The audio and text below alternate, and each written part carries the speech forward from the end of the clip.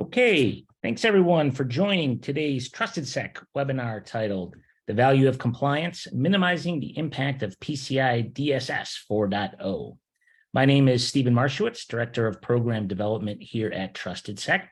And today we'll be talking about some of the big challenges with 4.0. So get ready because this webinar is packed full of information and wisdom. First, a few housekeeping items. As always, the webinar is recorded, so you'll be able to go back and watch it on our YouTube page or on our website under events. And definitely ask questions along the way. We'll make sure we get to them at the end as Chris walks through this. First, a few services to highlight from Trusted Sec. Obviously, today we're going to be talking a lot about the design challenge and PCI 4.0. However, there's quite a few other areas where we can assist your security program. Some of the probably lesser known ones, obviously most people know about our penetration testing, but some of the lesser known ones that really get a lot of play are purple teaming. System and cloud hardening has been exceptionally popular lately, as well as DevSecOps hardening. And even threat hunting is getting quite a bit of play from folks. So we're going to start you off with a question real quick while I turn this over to Chris on what's your biggest challenge with PCI so far. So with that, I want to introduce our speaker today, Chris Camejo. Chris, would you start us off giving us a little bit of background about yourself? Yeah, thanks. I have been in the information security space for over 20 years, 16-ish years of that as a PCI QSA. So been with PCI since the beginning, and I run the compliance team here at Trusted Sec, dealing with PCI as well as the other alphabet soup of NIST and ISO and various other frameworks that are out there. So yeah, dealing with PCI all day, every day. And so to start off with here, just a little bit of background on the changes coming up with 4.0.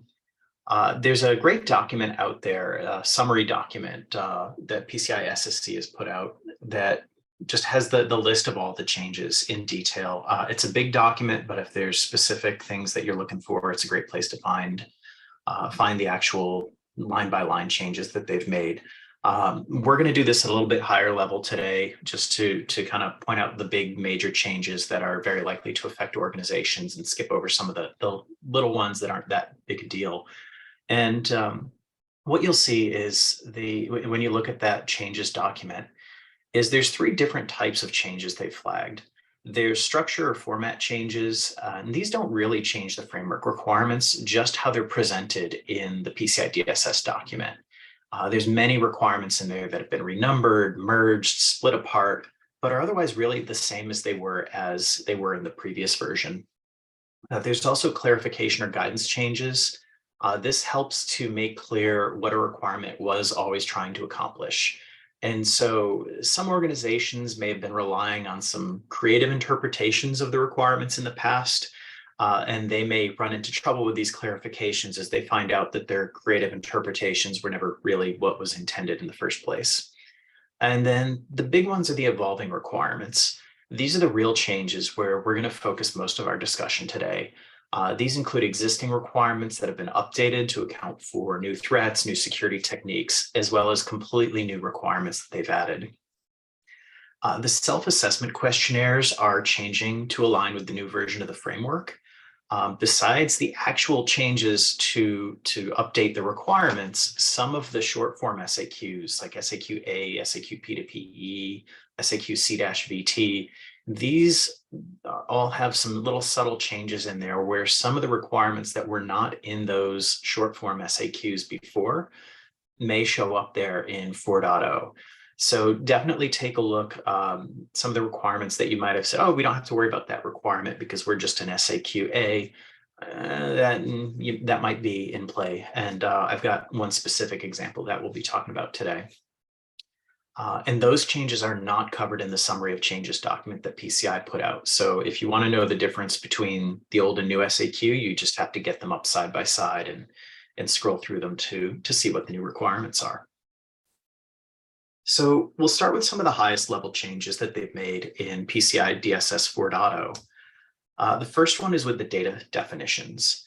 Up at the top of the document, the intro section, there's a PCI DSS applicability section, and it's been updated to make clear that the terms PAN or primary account number, CHD for cardholder data, and SAD for sensitive authentication data, and the term account number are all distinct from each other. I think in the past there was a habit of people kind of blending or blurring those together when really these are distinct terms and they're being used very intentionally throughout the requirements to mean specific things.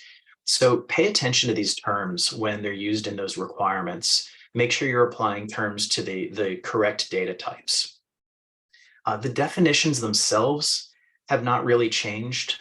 It's really just more a matter that organizations were misapplying some of these terms, so they've clarified that.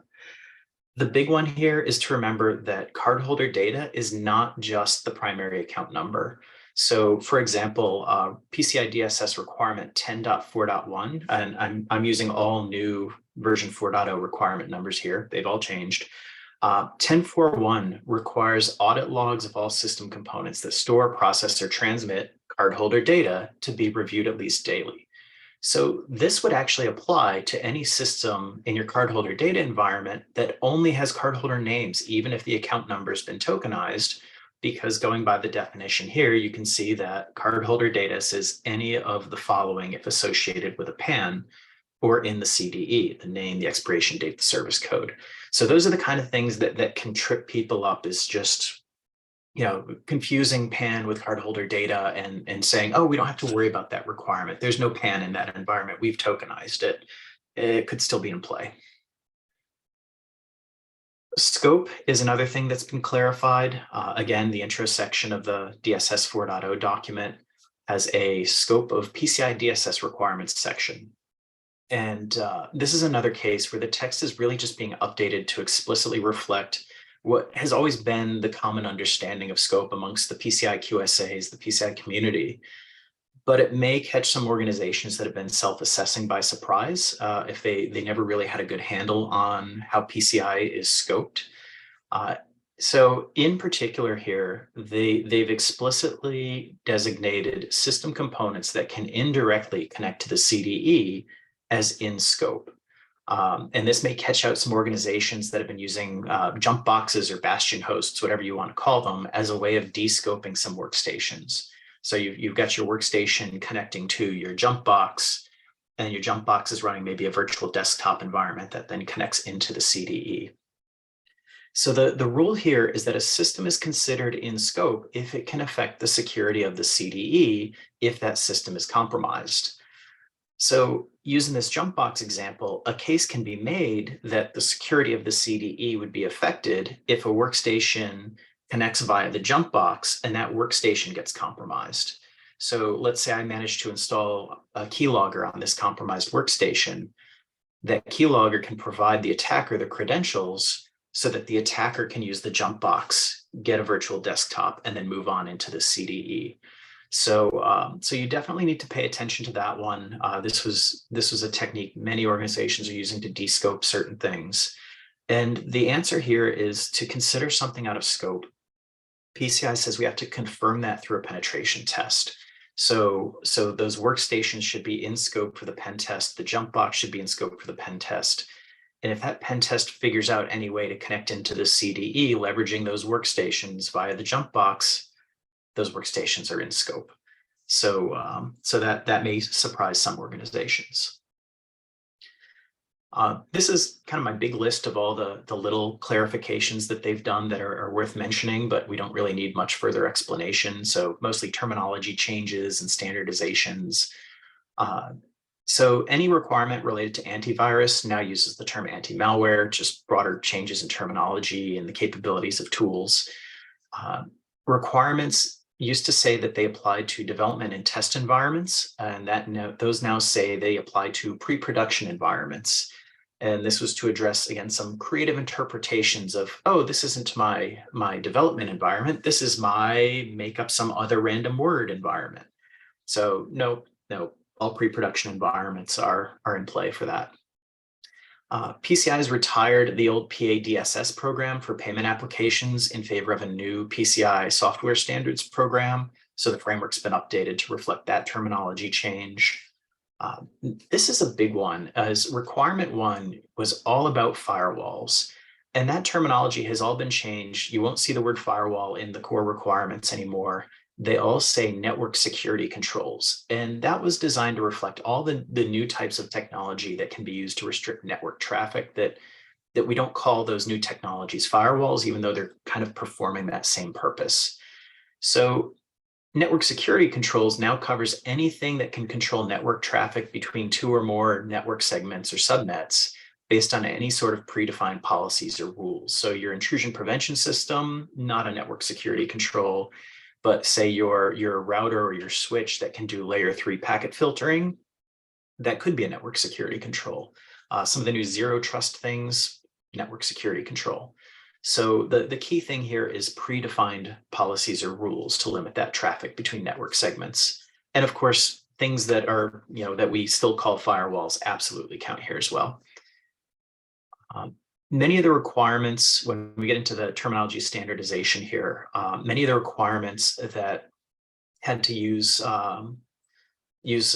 they would say things like passwords.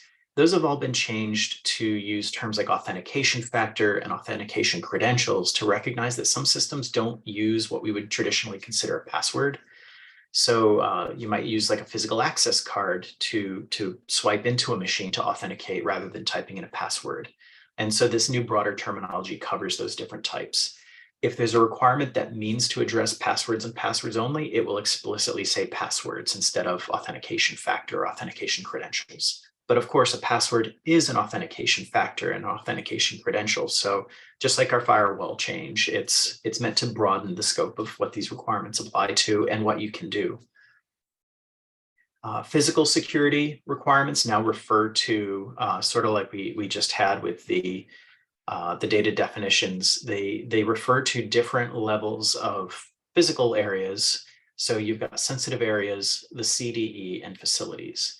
And so sensitive areas are those locations within the CDE that are critical. So for example, like your data center or a back room at a retail facility where your server network infrastructure that has cardholder data is housed. The CDE is used for the physical areas that all of the systems that are considered part of the CDE are located in. So like your office space where all your workstations are. And then facilities are used for requirements that are usually applied across entire buildings rather than just areas that are within the CDE. So for example, there's the requirement about restricting public access to network jacks throughout a building. That would apply to the whole facility rather than just a CDE or a sensitive area. They've invented a new acronym, TPSP, for third-party service providers. So you'll see that all over the place in 4.0. And some on the clarification side, wireless is a big one that some organizations have tried to say, well, we don't use wireless, so we're going to mark all of the wireless requirements not applicable. But some of these requirements relate to the detection of rogue wireless and are pretty much always in scope. So they've clarified that even if you don't use wireless, you should still be looking for the rogue wireless that somebody else attached to your network that you otherwise wouldn't know about. Same sort of idea. Some organizations have tried to mark all or most of requirement 6 as not applicable because they don't use any sort of custom in-house or third-party developed custom software. They've clarified that only requirement 6.2 addresses custom software. Again, version 4.0 numbering here. The rest of requirement 6 applies to all software, even off-the-shelf software. So that one deserves a close read to make sure it was interpreted correctly in the past. And finally, we've got some organizations have tried to dodge responsibility for PCI compliance by saying, oh, we're using a PCI compliant third-party service provider. Not the case. That's been clarified that at a bare minimum, even if everything is outsourced to a third-party service provider, you're still on the hook for requirement 12.8. We'll get into 12.8 in a little bit more detail in a moment here, but that's the requirement that talks about keeping track of your service providers, keeping track of your service provider compliance, figuring out who's responsible for what, those sort of things. And also they clarified that an organization cannot be compliant if their third-party service provider is doing non-compliant things. So yeah, we're out of scope because we gave this all to some other company, but we know that other company is not doing PCI compliance. That doesn't cut it. That does not make you compliant by just passing it off to somebody else who's not doing the thing.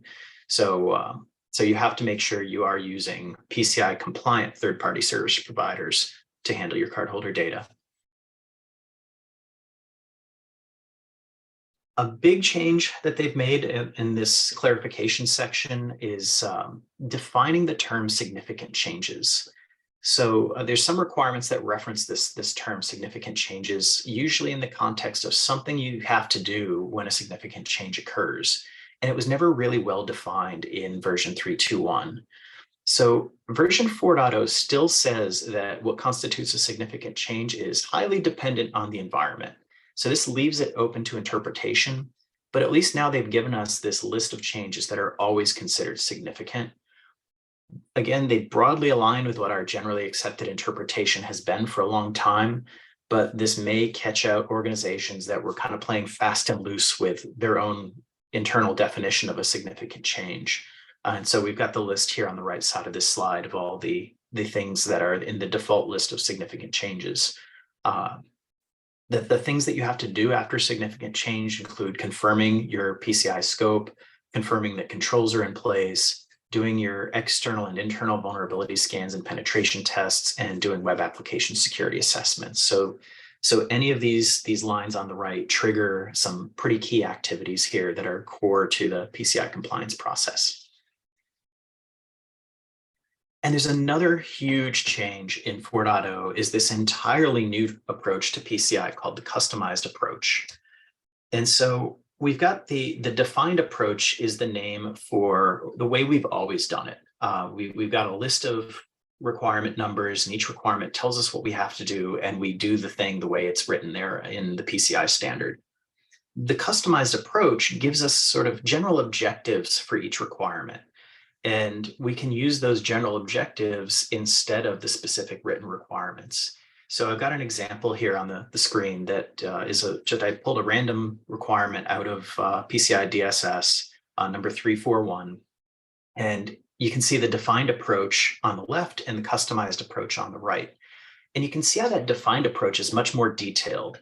It lists this particular requirements about masking the card number, the account number, when it's displayed to people who don't need to access the whole card number.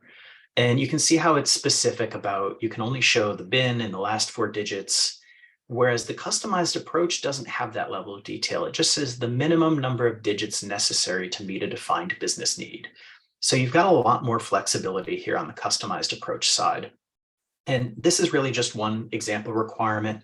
Almost all of the 4.0 requirements have both the defined approach and the customized approach available. There's only a few of them that explicitly prohibit the customized approach. So another question that comes up about this is how does it relate to compensating controls, which is this concept that has been around for a long time. It's different from the compensating control. The customized approach can best be thought of as an optional way to meet the objectives of the requirement using some alternative techniques. So I think where customized approach will come into play is not so much today, but in the future, as new technologies come out and we want to use them for PCI compliance, but PCI hasn't adapted to them yet, sort of like that change from firewall to network security controls. And so this kind of gives us a route to meet the objectives of PCI without using whatever old technology PCI was designed around. Compensating controls, on the other hand, are for use when you cannot meet a requirement due to some sort of business or technology constraint. So, so you've got just some sort of legacy system that you can't possibly install your endpoint security anti-malware on, and you need to figure out some other way to deal with that. So generally that comes up when there are those sort of technology incompatibility issues. So very different approach. One of these is sort of the optional voluntary, I want to do this thing. The other one, the compensating control, is I can't do this thing and I need to figure out some other way around it. So if an organization decides to use the customized approach, you cannot use a compensating control within a customized approach. Basically, if you decide to use that customized approach, it has to address whatever the objectives of that requirement originally was supposed to be. And if you can't do that, well, then you can't use the customized approach. You're back to either using the defined approach or using a compensating control because you can't meet the defined approach. Uh, so if the one kind of weird case there is you might have a situation where you can't meet the original defined approach because of, again, some technology or business constraint. So you could use a compensating control, but on the other hand, maybe there is some new technology that would meet the customized approach objective.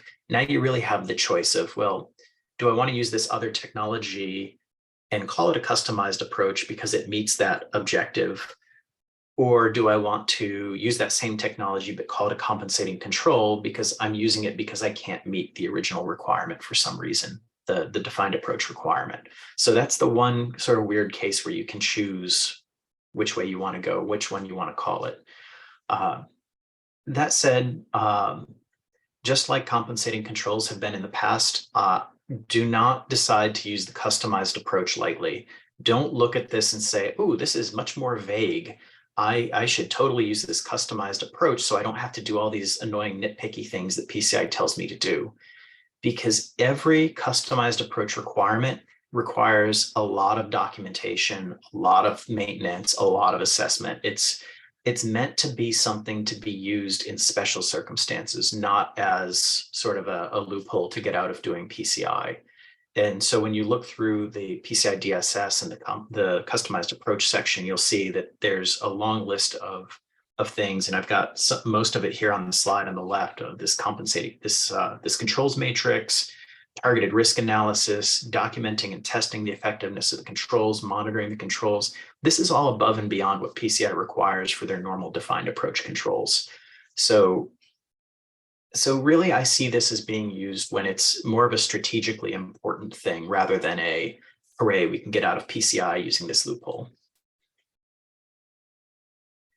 And so now we'll dive more into the specific numbered requirement changes that we've got in 4.0, starting off with some of the major changes that should affect just about everybody who's doing PCI compliance, and then we'll drill down a little bit more.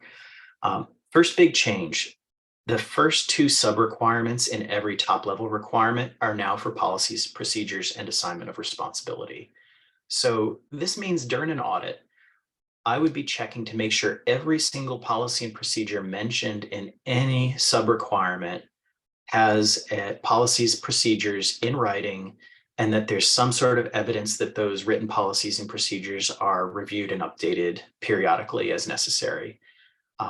We would also be out asking questions during our interviews related to those policies and procedures. So if I have an interviewee that says they're not aware of a policy requirement or they're describing some sort of process that doesn't align with the procedure that I saw, that gives me evidence that those policies and procedures are not in use and not known to affected parties, and you're going to end up failing one of these requirements.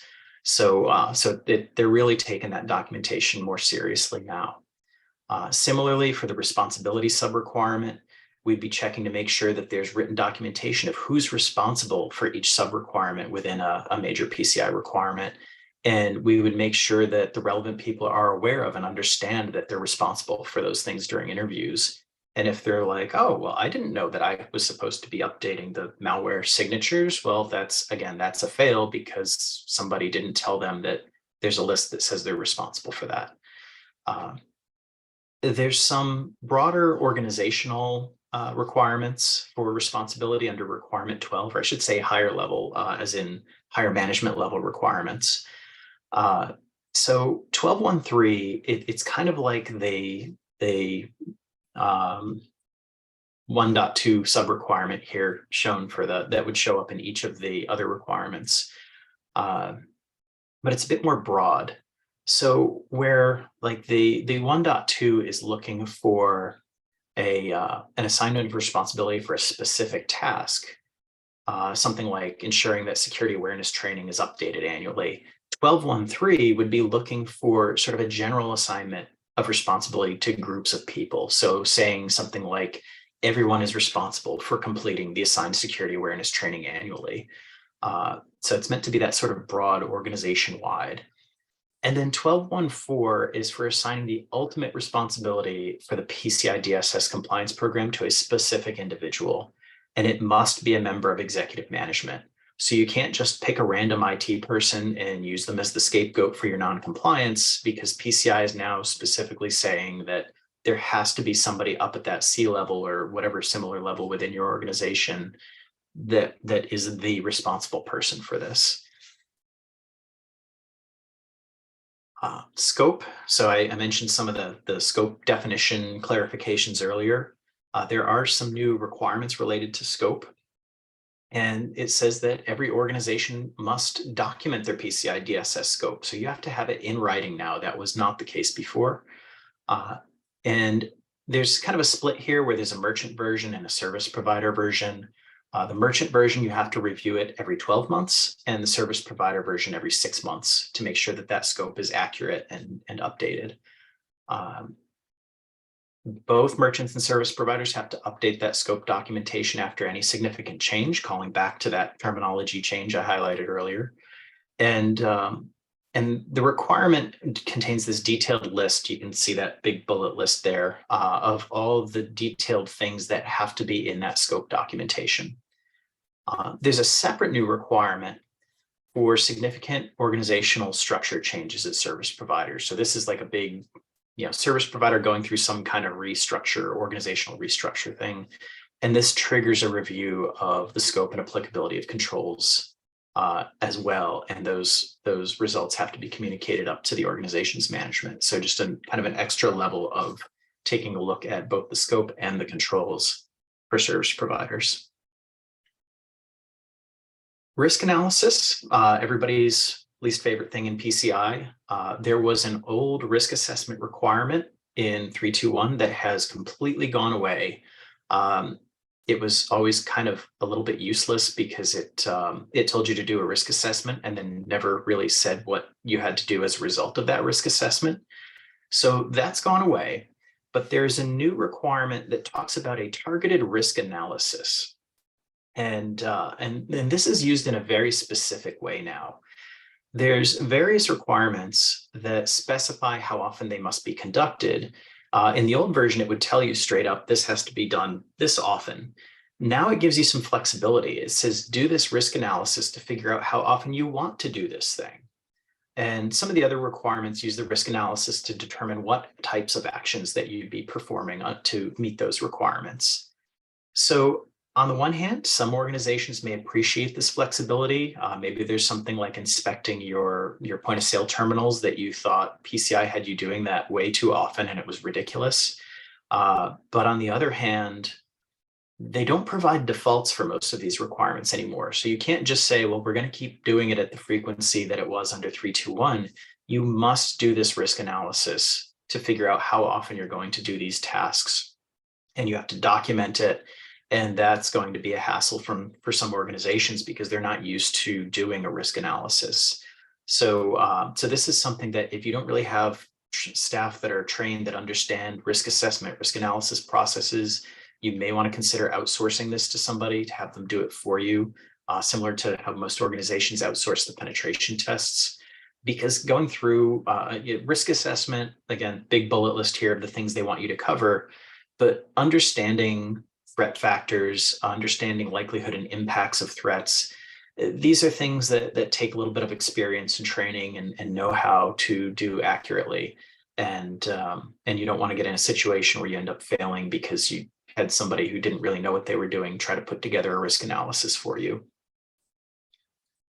And these are the requirements that tie into that targeted risk analysis. So we've got the system and account privilege reviews that tie into how often those have to be performed. There's a total of 7 of them that have to do with how often they're performed. So application system account privilege reviews, evaluation of whether or not a system's at risk for malware, how often you're changing passwords, how often you're reviewing the logs for things that are not like the critical cardholder data security events, how often you're going to train your incident response personnel. There's a new web application change and tamper detection mechanism that we'll get into. So how often that's done. And as I already mentioned, inspection of your POI devices, your payment terminals. Of these, only the web application one has a default that you have to do it every 7 days. All the rest of these, you have to do this risk analysis to figure out how often you're going to do them. There is no default.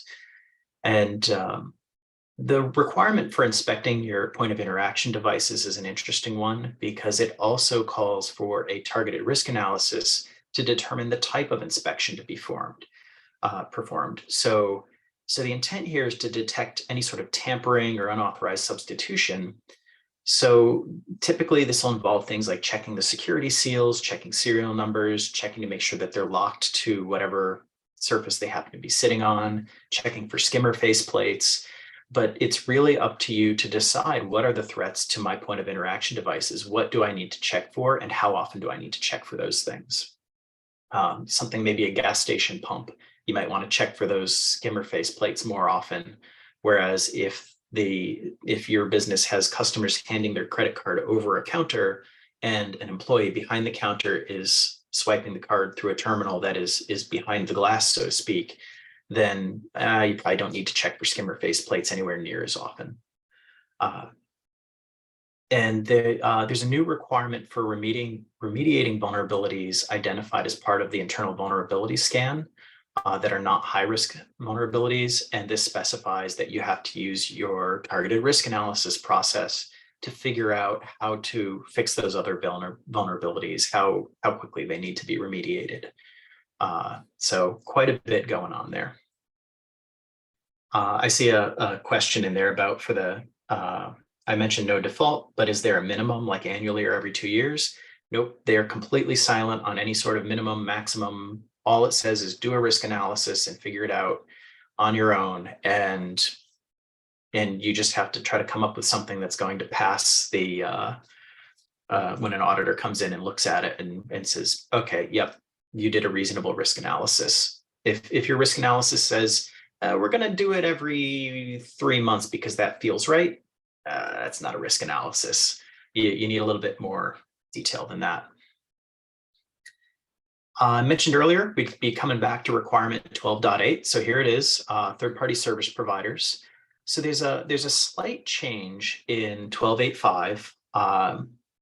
And this is kind of some of my favorite changes here is that this is all about the responsibilities and who's doing what between the service provider and their customers. So the important part here is that organizations must now explicitly document which requirements are shared responsibilities between their organization and the service provider. Before it would just say that document your responsibilities, document your service provider responsibilities. It now reflects that many of these responsibilities may be shared between both. And that wasn't the case before.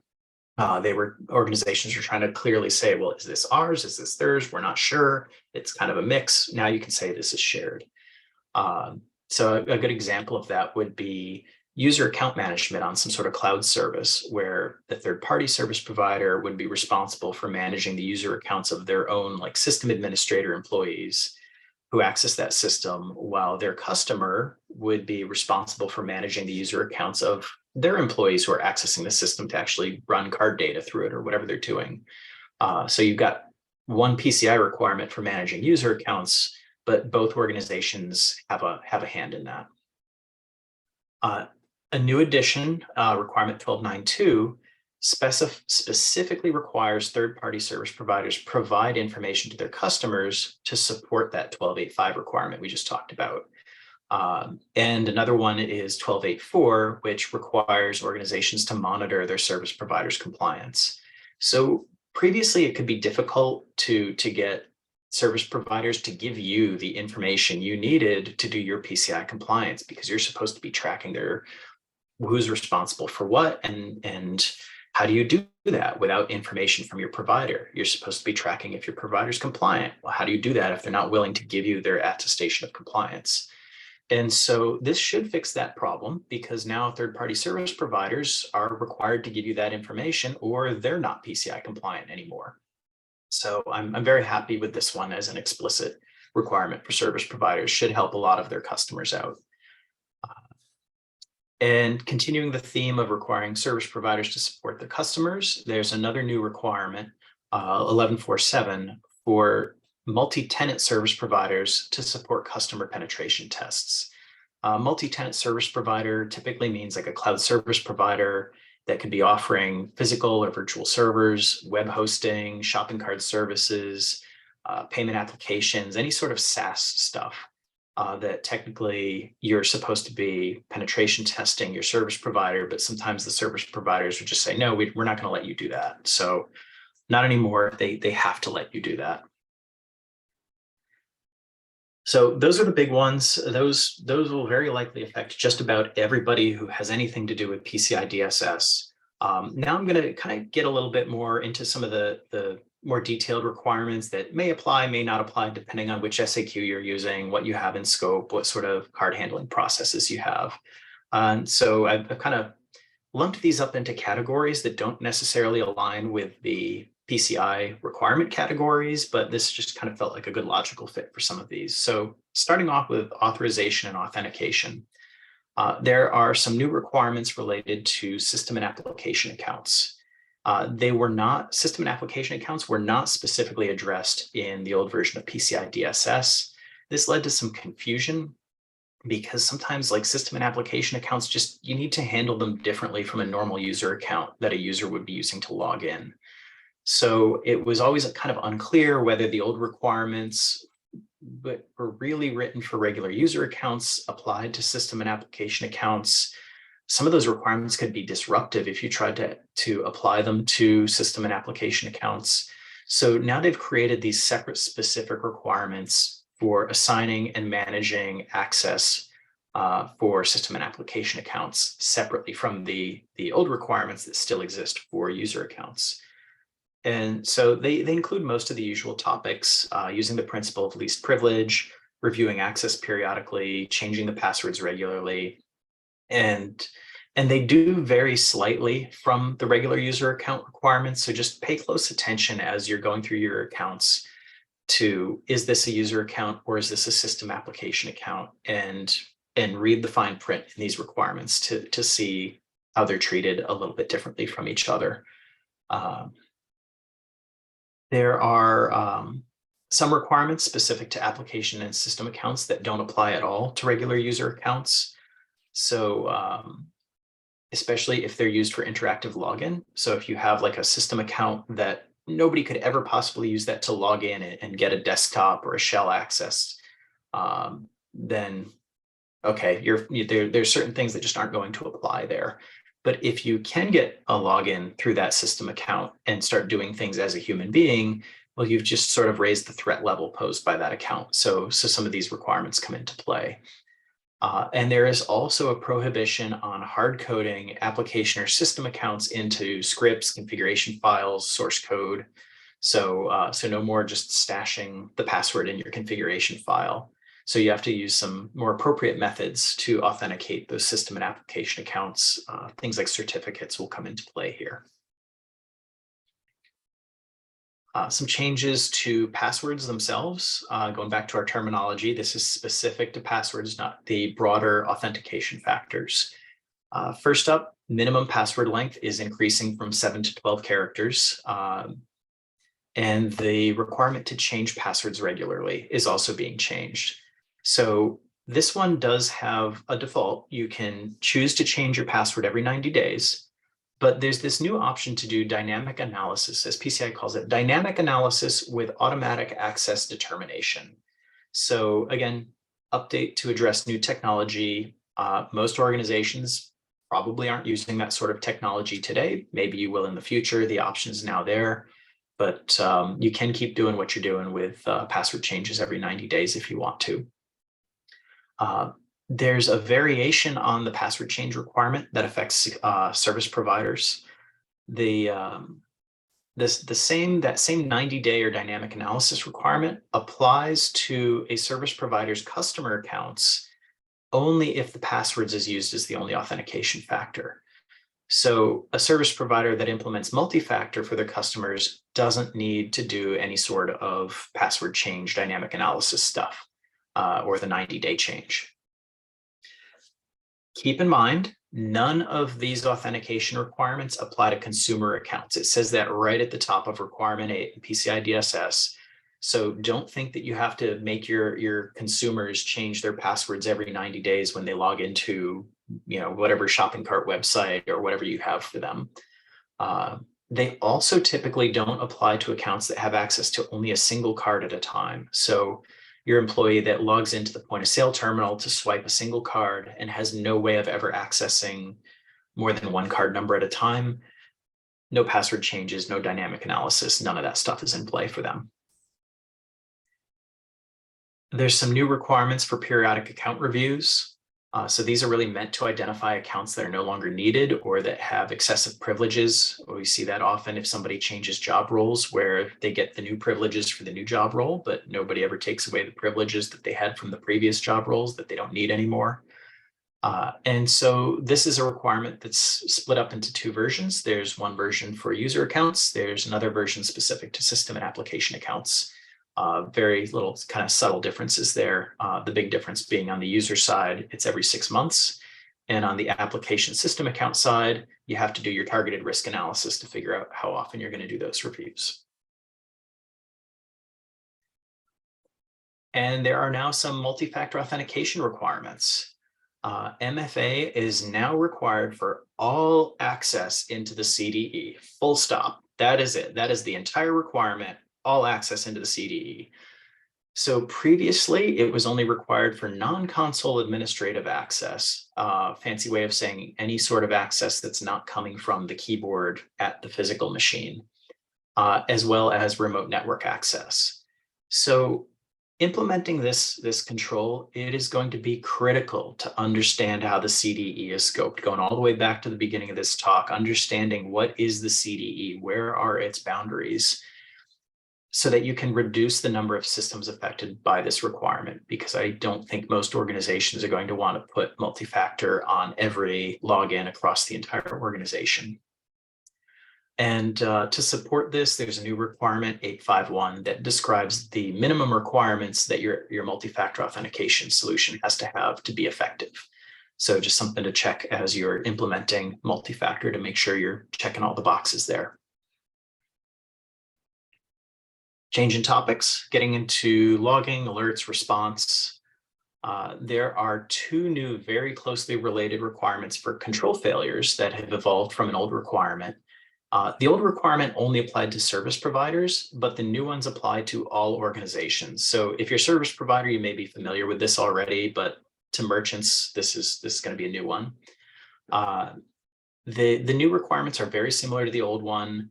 Basically just focuses on what needs to be done to respond to any sort of failure of a security control.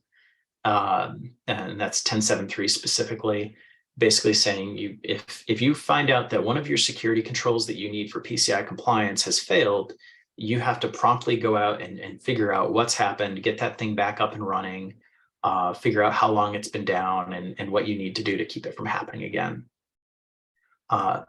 10.7.2 is a new one and has a list of what must be considered a critical control, basically tells you what counts under this. This is another one where people found creative loopholes by saying, oh, that security control, that one's not critical, therefore this requirement doesn't apply.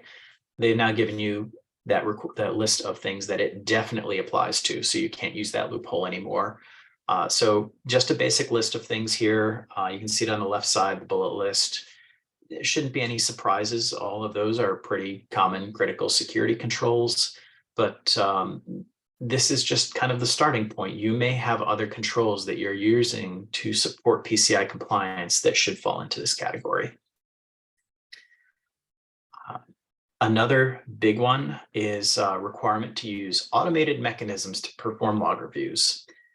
SIM. What they're trying to say here is you need a SIM. which that's a big thing. It can be expensive. This is probably going to be a heavy lift for organizations that need this.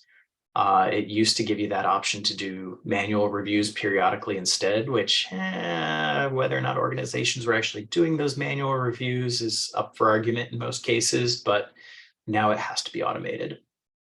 And this replies to all of the sort of the core critical log reviews mentioned in requirement 10.4.1. So anything that's a security event, any logs from anything that stores, processes, and transmits cardholder data, logs from any critical system components, which is typically your security and other core like your jump boxes, and logs of everything that performs a security function for the cardholder data environment. So it doesn't have to be your whole organization, but it definitely needs to be sort of your core cardholder data security infrastructure. Getting into data storage and encryption. The old requirement covering data retention and disposal has been renumbered like most things, but it's also been broadened to include temporarily stored sensitive authentication data. So there's always been this rule that you're not allowed to store sensitive authentication data after authorization. Now you've got this sort of retention requirement explicitly applies to sensitive authentication data, saying you have to keep that storage to a minimum. You have to have policies around storing it, disposing it. The text has also here been switched to account data instead of cardholder data to reflect that terminology standardization I mentioned back at the beginning of this talk. So this is another one where you got to read closely to see which term that they're using here. Disk encryption requirements have changed. The old version of this was a confusing mess. It's often subject of wild interpretations by organizations that wanted to use full disk encryption to say that they have encrypted their cardholder data, when that's really not appropriate unless we're talking about a portable device. So the new version is much more direct, explicitly says full disk encryption can only be used to meet the encryption requirement for removable media. Any PANs, any account numbers on non-removable media must be rendered unreadable using some other technique, even if the disk is encrypted. So sure, you can have your encrypted hard drive on your server, but because that's not removable media, you still have to use some sort of like database column level encryption or file encryption to meet that requirement 351 that says you have to render the cardholder data unreadable when it's stored. There's another new requirement here that will strengthen the use of hashes to render PANs unreadable. It requires the use of keyed hashes rather than straightforward hash algorithms like the old like MD5 or SHA. NIST publishes various standards that can be helpful to select a keyed hashing algorithm. The HMAC versions of common standard hash algorithms are a good place to start. So if you should see like SHA-256 HMAC, that is a keyed version of SHA-256. So that's a good place to start your search for your new hashing algorithms if you're using those to render cardholder data unreadable. And then going back to what we were saying about sensitive authentication data, tying into that previous one about the retention policy, there's now an explicit requirement that if you are storing sensitive authentication data before authorization, it must be encrypted. Still prohibited to store it after authorization, even if it's encrypted, but you have to encrypt it before authorization. And that was not the case before. There's a bunch of changes when it comes to managing your cryptography. Key management, this is an often overlooked area. I see a lot of organizations that, yeah, we've put encryption in place and they have no idea what their keys are, when they expire, what their certs are. They're just, encryption gets switched on and then forgotten about. So there's now an explicit requirement that your encryption certificates have to be valid, unexpired, and unrevoked. That should be an obvious one, but some organizations will use anything that isn't explicitly written in the standard as a loophole. And we're saying, oh, of course, we've got encryption certificates. They're expired, but nothing says they don't have to be. Well, now they have to be unexpired. So to support this new requirement, there's another new requirement that organizations have to maintain an inventory of their encryption keys and their certificates. So this should help keep track of when things are expiring and when things get revoked. Make sure that all your keys and certificates are still valid. And there's an existing requirement that only applies to service providers has been updated. Service providers have been required to maintain a description of their cryptographic architecture. Now, as part of that, service providers are also required to prevent the use of the same keys in both their production and test environments. So that should provide a little bit more security to the encryption keys. There's also a new requirement to document and review, and this isn't just service providers, this is everybody. A new requirement to document and review the cipher suites and protocols used for encryption. So this is meant to address the use of like older ciphers and protocols that have become vulnerable since they were first implemented. Like nobody should be using MD5 anymore. Nobody should be using triple DES anymore. So, so this is saying you have to go out, check up on that, see if, and again, NIST is a great resource here to tell you when these ciphers and protocols are being deprecated, and make sure you upgrade your TLS versions, make sure you disable all of the ciphers within TLS that are really not that secure anymore. Getting into vulnerabilities, some vulnerability management requirements. There was a requirement in the old version that called for an inventory of in-scope system components, including hardware and software. Apparently, some organizations didn't understand what a software component is. So now there's a new requirement that explicitly requires an inventory of bespoke and custom software and the third-party components integrated into that software. So like libraries that you might use as part of your own custom software count under this inventory. And this is explicitly for the purpose of identifying vulnerabilities in software. So when you have some sort of software that that's using libraries or some other software tool that you get from a third-party source, or even interpreters for languages like Perl and Python that use them, all these things can contain exploitable vulnerabilities. And so you need to be aware of what sort of third-party libraries, interpreters, things, components, tools that you're using, so that if a vulnerability pops up, you know that you need to go update the library and recompile your software, or whatever it is you need to do to get that vulnerability out. And there's another new requirement to review hardware and software technology every 12 months. This is the opportunity to identify components that are or will no longer be supported by the vendor. So organizations will have to come up with plans to migrate off all that old legacy technology. You're not allowed to use Windows XP anymore, sorry. Vulnerability scan requirements have changed. New requirement to remediate the vulnerabilities identified as part of your internal scan. I mentioned that earlier. That ties into that targeted risk analysis.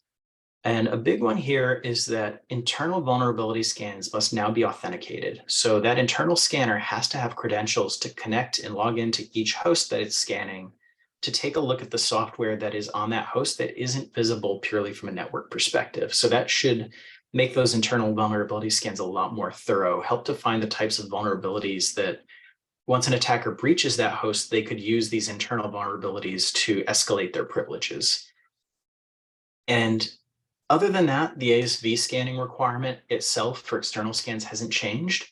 But as I mentioned earlier, the SAQs have changed. SAQA for outsourced e-commerce now includes an ASV external scanning requirement that it did not include before. So same requirement, just now it's in play for SAQA, where it previously was not. So close attention to that if you're doing the e-commerce thing. Pen testing, a very subtle change here. It always said you had to have a penetration testing methodology. It's now explicitly requiring that you have that methodology is documented, and it must include a risk-based approach to addressing the vulnerabilities that you find. And another pen testing requirement's been updated also to align with that risk-based approach that that it didn't specifically say before. So a whole lot of risky things going on here.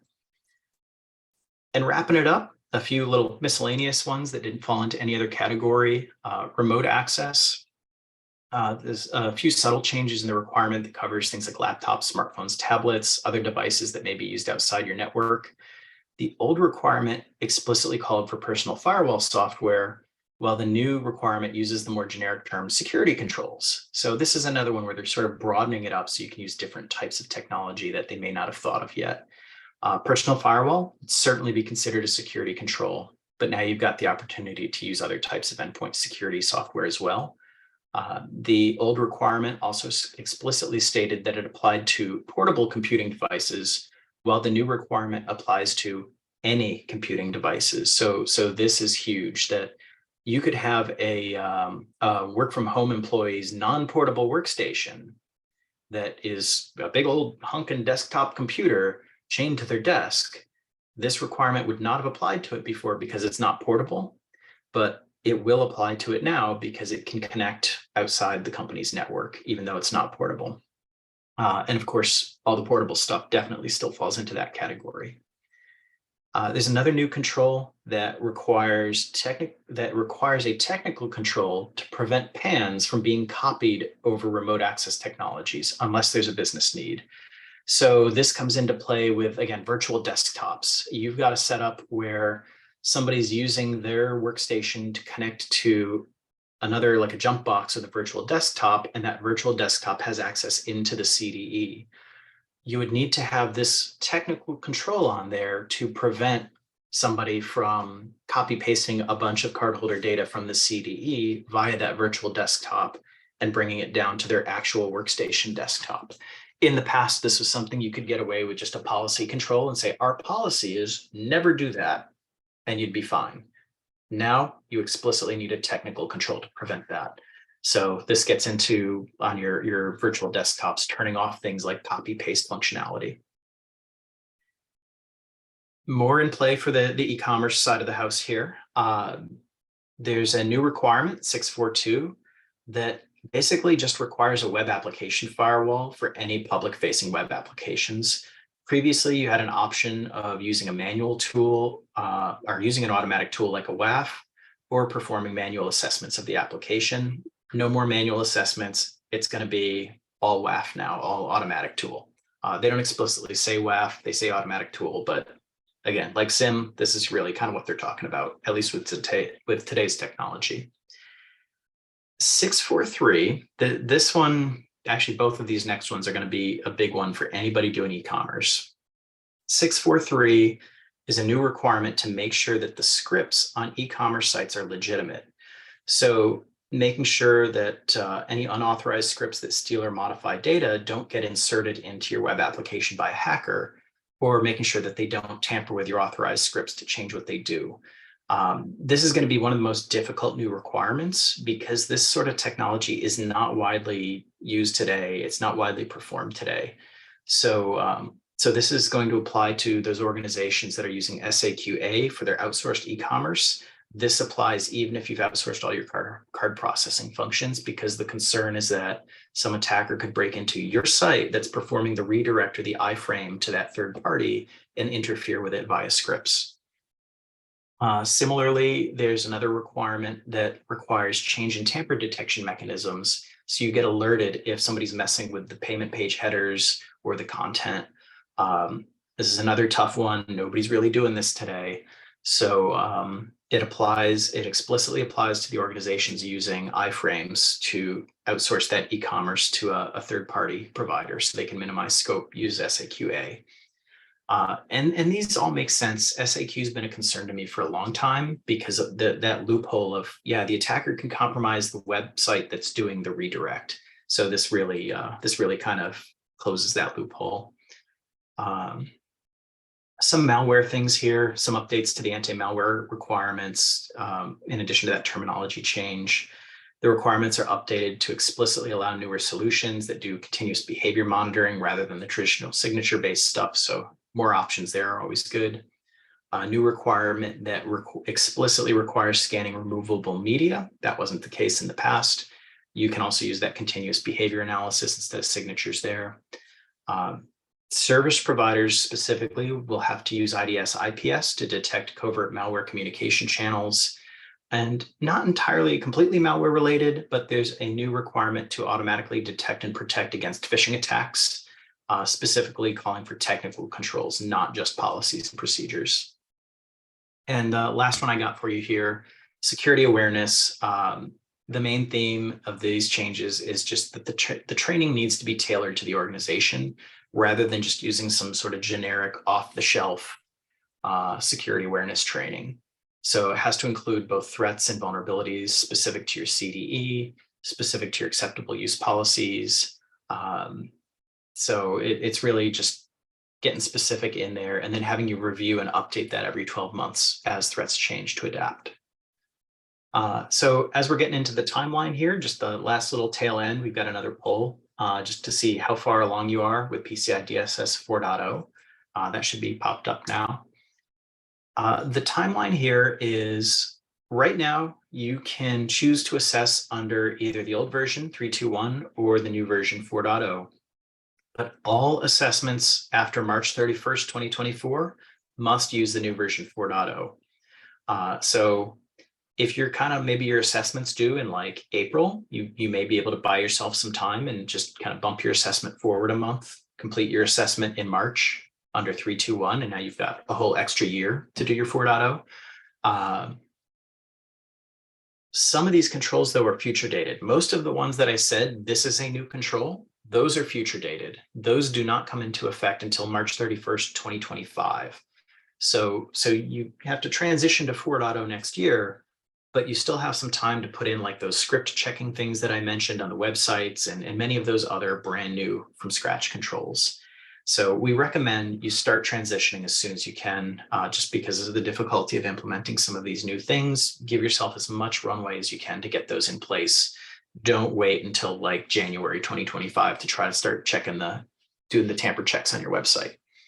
And this transition is also a good time to double check that your scope is accurate, especially because we've got the clarified scope definitions in 4.0. So good time to just check, make sure, yep, we have a good understanding of our scope. Also a good opportunity to make some changes that can reduce the scope. So that way moving to 4.0 is less of a burden. But really the initial focus should be on aligning with the changes that are coming into effect in 2024, the sort of the more incremental changes to the PCI requirements that already exist. Those should be relatively easy because those requirements are already there. You just need to tweak and tune a little bit, but definitely start planning immediately for how you're going to implement those more complex changes by 2025 deadline. Here at Trusted Sec, if you're looking for help with this, we have some services around PCI besides just doing the standard SAQ or ROCs. We have a specific standalone scope assessment service that is all about figuring out if we were to do an audit on you today, what would be in scope? And furthermore, what can you do to reduce that scope? So it's a really good chance to just verify your understanding of your scope is accurate and also figure out how you can reduce it to reduce the cost of migrating to 4.0, reduce the cost of assessing under 4.0. We can also do a 4.0 transition gap assessment to take a look at, okay, you're compliant under 3.2.1. Here's the changes in 4.0. What do you need to do to get from where you are to where you need to be? And provide recommendations for how to implement those changes within your environment. And if doing sort of a self-contained little assessment like that isn't what you're looking for, maybe you just want to kind of pick our brain every once in a while, pick up the phone and get on a call and talk through whatever questions you've come up with as you're migrating. We've got a implementation guidance. It's basically a retainer. It can be a workshop that we do over the course of a few weeks, or it can just be sort of an open-ended year-long, check in once a week or once a month with whatever your latest questions are, and we can help get you some answers to those questions. So with that, speaking of questions, let's see what we've got. I have to admit I haven't been keeping a close eye on it, so hopefully some of my compatriots here have. It looks like there's not that many of them. Yeah. So the first one. Policies and procedures updated and approved periodically. Is that annually as necessary? What's the minimum requirement? Yeah, so the review, so PCI doesn't explicitly define it, but pulling from other compliance frameworks, ISO is a good example where ISO explicitly says periodically means at least annually. So that's a good place to start. If you're doing it less than annually, then your auditor's probably going to have some questions as to why you thought that was appropriate. And you might be able to explain your way out of that one, but maybe not. So annually is a good place to start. Keep in mind, you do not have to update it every year. You just have to review it. So your annual review may say, you know what, nothing's changed. This is perfectly fine as is. You document that you've reviewed it and you didn't need to make any changes, and you're good. You can move on and do it next year. Okay, great. For these risk analysis requirements, right? No default minimum, kind of Yep. touched on Yeah, I that. think we chatted about that one. Yeah. Yep. Did I hear correctly that a TPSP, including SaaS payment providers, must permit their customers to perform pen testing? With yes, but with a caveat.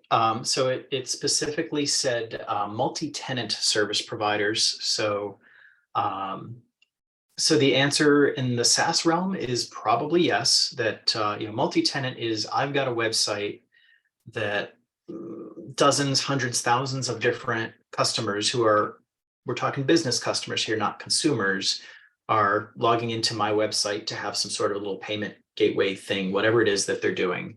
That's a multi-tenant where you've got multiple business customers sharing that environment. And that's where the pen testing comes in. One of the requirements when you dive deep into the PCI penetration testing guidance is the goal there is to make sure that if I'm logged in as service provider's customer A, I should not be able to break out of customer A's little sort of realm within the service provider and get access to cardholder data of customers B or C, and vice versa. So that's really what that pen test is looking for, is to make sure that they've effectively implemented the separation between each of their customers. Third-party CRM with cardholder name and tokenized PAN is now considered CDE. Is that correct? Third party with tokenized. So token, I'm going to go back to that slide because the answer is actually on there, that a tokenized, it's no longer a PAN if it's tokenized. So so it gets into these sort of definitions here where didn't mean to click on that. So the PAN is the 15 or 16 digit card number. It still counts as a PAN if you encrypt it. It does not count as a PAN if you hash it or truncate it. And tokenization is just not a PAN. It's a completely different number that has no relation to the PAN whatsoever. So the token never is, never was a PAN. So when we look at the definition of cardholder data, full PAN is cardholder data. Token is not a PAN at all, ever. So that one doesn't play. Any of the following is cardholder data if it's associated with a PAN or in the CDE. Well, a token is not a PAN, so cardholder name, expiration, service code are not associated with a PAN anymore because you got rid of that and replaced it with a token code. So what this comes down to is it in the CDE? And so if it's an environment where maybe this system had a PAN on it temporarily that you then use to create that token code, that system would be in the CDE because at one point it processed and transmitted a PAN even though it did not store it. So if you have the rest of that data, cardholder data, expiration date, service code, along with the token code on that same system, yes, it counts as cardholder data because that system CDE, it's on the CDE, and the definition is those things count as cardholder data if they're in the CDE. Now, on the other hand, if you have server A takes the PAN, sends that out, it gets tokenized, the token comes back into server B or a database or whatever it is over here, something separate. And that separate device has only the token and the cardholder name, expiration date, all the rest of the things that are not PANs. This second server is not necessarily part of the CDE because it never stored, processed, or transmitted a PAN. So you're in good shape there, except going to the scope definition is we've got this line here, also CDE, the second one down, if it's on the same network or has unrestricted connectivity to systems that store, process, or transmit cardholder data or sensitive authentication data. So using my two separate servers thing, if server B is on the same network as server A, server B is part of the cardholder data environment, and therefore that cardholder name is now cardholder data again because it's in the cardholder data environment. So sorry, that was a rabbit hole of an answer. but that's why, going back to my point, scoping is so incredibly important for this, because if you don't understand PCI scoping, if you miss the little nuances like that, that can lead to nightmares where you thought you were compliant, thought you were doing it all right because you tokenized the data, but because of some weird connection between two different servers, that server is actually accidentally part of the CDE, and all sorts of requirements now apply to it that you thought did not apply. So yeah, that's why we have a whole service to just do a deep dive into the scope and make sure you haven't made any of those mistakes. And last one, how much in advance should you do a scoping exercise versus a gap versus the rock? Yeah, so depending on if we're talking, the short answer, as soon as possible for the scoping exercise. The exception is, let's say you have your annual 321 SAQ or rock coming up. Well, let's just say next month, April.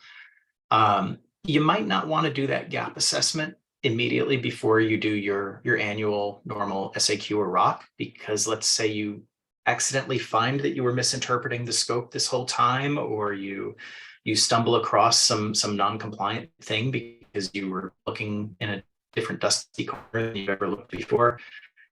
You just kind of lost all plausible deniability, and you've just kind of torpedoed your SAQ or your rock and getting that in on time, or at least you're going to have to really scramble to fix whatever it is you found. So my recommendation for most organizations has been, do your 2023 SAQ or rock and basically start your scope assessment the next day. So that gives you a whole year to do your scope assessment, do your gap assessment, and fix any very urgent things that you find before your next SAQ or rock comes up into play. Yeah, even if that next SAQ or rock is still under 321.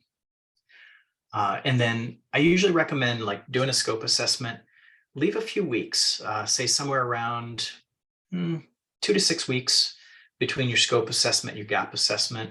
So that way, once you look at that scope, you might have to make some decisions about, here's the different ways we could reduce scope. There's pros and cons to all of them. You know, there is no one easy answer.